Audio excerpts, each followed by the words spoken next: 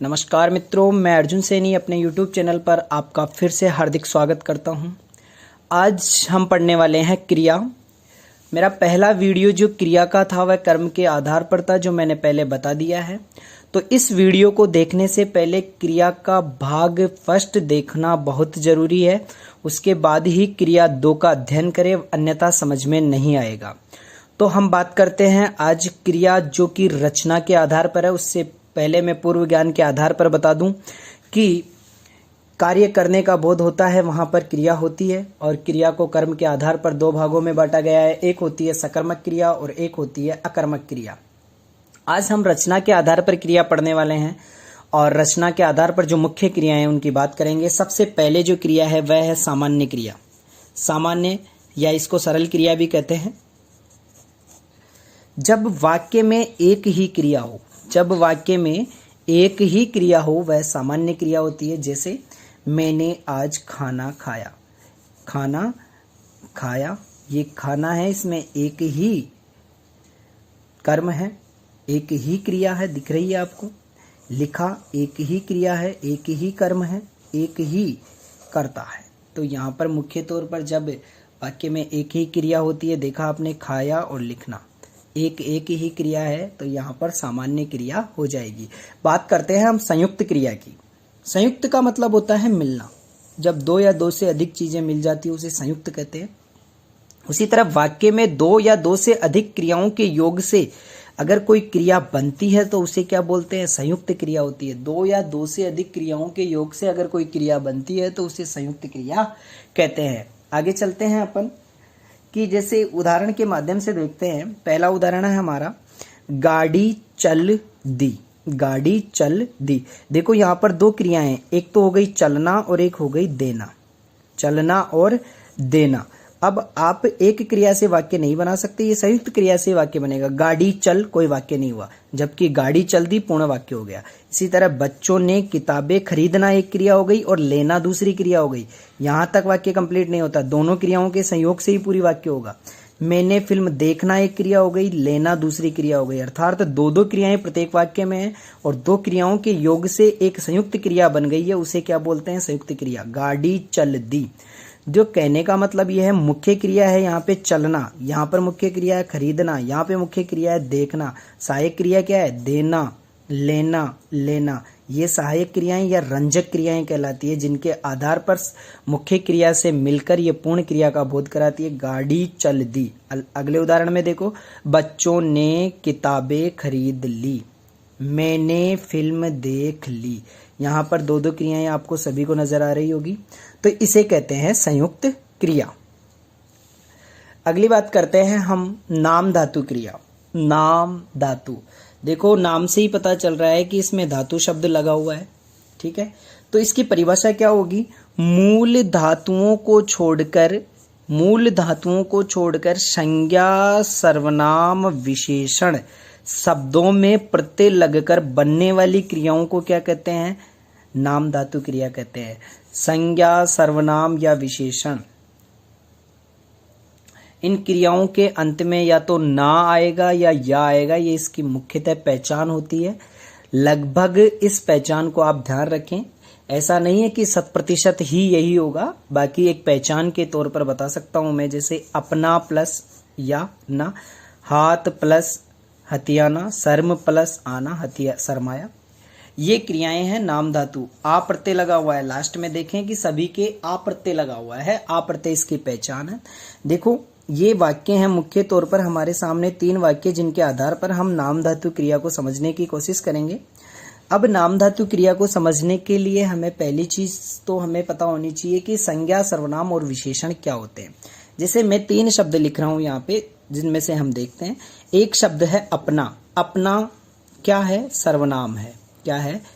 मैं, तू, आप, यह, वह, जो, सो, कोई, कुछ, कौन, क्या, उनमें से ही आप से अपना शब्द बना है। इस सर्वनाम के हमने प्रत्यय लगा दिया ना, तो ये कौन सा शब्द बन गया? अपनाना, अर्थात नाम धातु क्रिया हो गई। एक हाथ शब्द है, हाथ शब्द में संज्ञा है। इस संज्ञा के मैंने हाथ शब्द के प्रत्यय लगा दिया और शब्द क्या बना दिया? हथियाना बना दिया। क्या? हथियाना। अब इन्हीं इन्हीं शब्दों के आधार पर हम वाक्य बनाएंगे। अच्छी बातों को अपनाना चाहिए, ये क्या हो गई, नाम धातु क्रिया हो गई। ठग ने धन हथियाया, हाथ शब्द से बना है हथियाया, तो ये संज्ञा शब्द है। संज्ञा शब्द के हमने प्रत्यय लगा दिया, जिससे धातु बनकर उभर कर आई, उसे क्या बोलते हैं, नाम धातु क्रिया बोलते हैं। शर्म शब्द है, ये भी संज्ञा है। शर्माया शब्द बन गया है, वह मुझे देखते ही शर्माया। सभी के अंत में आ प्रत्यय लगा हुआ है, ये इसकी पहचान है। आप ये सोचे कि 99% जहां पर भी आ गया वहां पर नाम धातु क्रिया होगी। अगली बात करते हैं हम प्रेरणार्थक क्रिया। प्रेरणार्थक, यहाँ पर सभी को शब्दों से पता होना चाहिए कि प्रेरणार्थक का मतलब होता है प्रेरणा देकर अगर कोई कार्य करवाया जाता है। प्रेरणा देकर अगर कोई कार्य करवाया जाता है तो वहां प्रेरणार्थक क्रिया होगी। जैसे परिभाषा देखें पहले, एक संज्ञा दूसरी संज्ञा को काम करने के लिए प्रेरित करे।